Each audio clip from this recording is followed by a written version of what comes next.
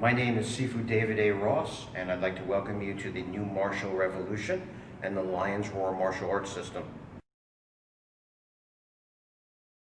On here you're going to find weekly lessons introducing you to the method.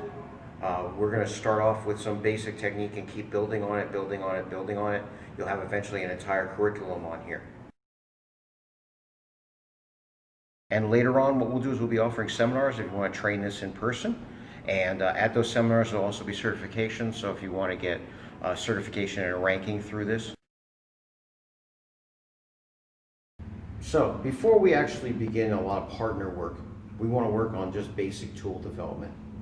Basic tool development means the proper execution of the techniques. And of course, the proper execution of the techniques means, are we generating the proper power? And are we generating power in the proper manner? Heavy bags are very useful for this. They're probably one of the most important tools in martial arts training. So I get in front of a bag. The more advanced you get, your practice becomes more productive when you envision your bag as a human being, as an opponent of roughly the same size. Now obviously I'm not trying to fight an opponent square on, so I have my fighting stance. Gives me a little bit of a distance. Again, I'm light on my feet, I have my hands up. The same basic fighting stance that we had before. But now I'm in front of something that when I hit it, gives me some resistance.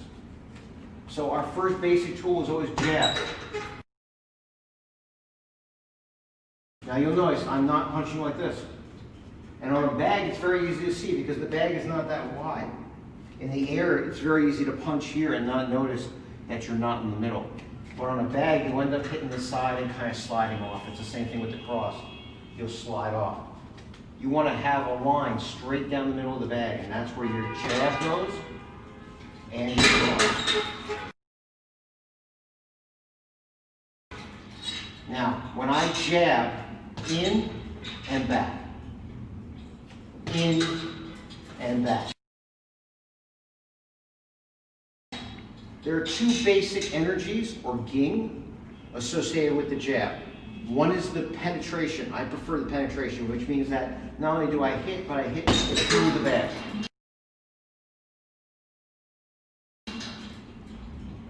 If you've done Western boxing, there's also the spring energy, which is more of the touch and come back, touch and come back. That's not to say that my penetrating jab doesn't come back, but it has that moment where it's actually doing the damage before it comes back.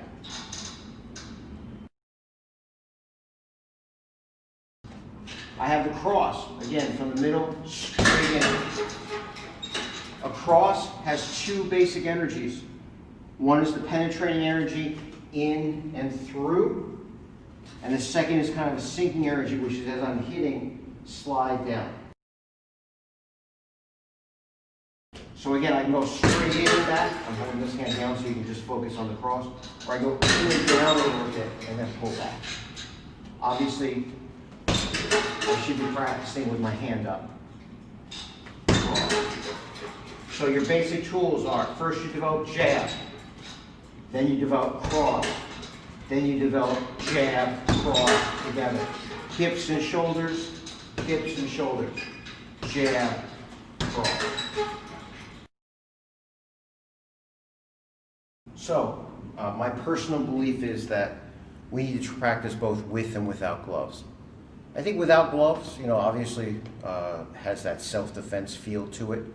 I think it's good for focusing on technique, but in addition to technique, we always have to have power, and we have to have repetition. And if you have a lot of injuries, you don't have repetition. So gloves allow us to hit hard, hit a lot, make impact, avoid injuries, and thus get in repetition.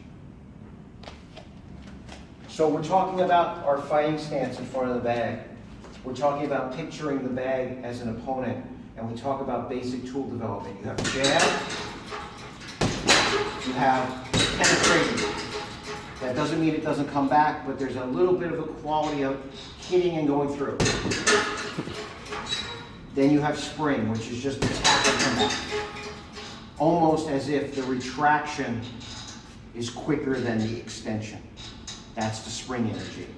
That's used to keep distance. It's more of a distraction or a setup. Penetration, that's going to actually do some damage. With the cross, you have penetration.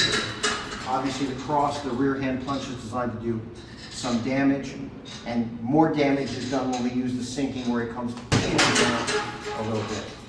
I still want to learn how to pull my hand back to protect myself. I never want to just end up with my hand down. But again, I'm working a little bit in and down. And as I said before, without the gloves, you're going to end up skinning your hand a lot and having a lot of injuries. You put them together and you have jab cross. Hands are up. People get a little too anxious and they go 1, 2, and they end up with their hands down. I want to go 1, 2 with my hands up. 1, 2. 1, 2. Hips and shoulders, come back. 1,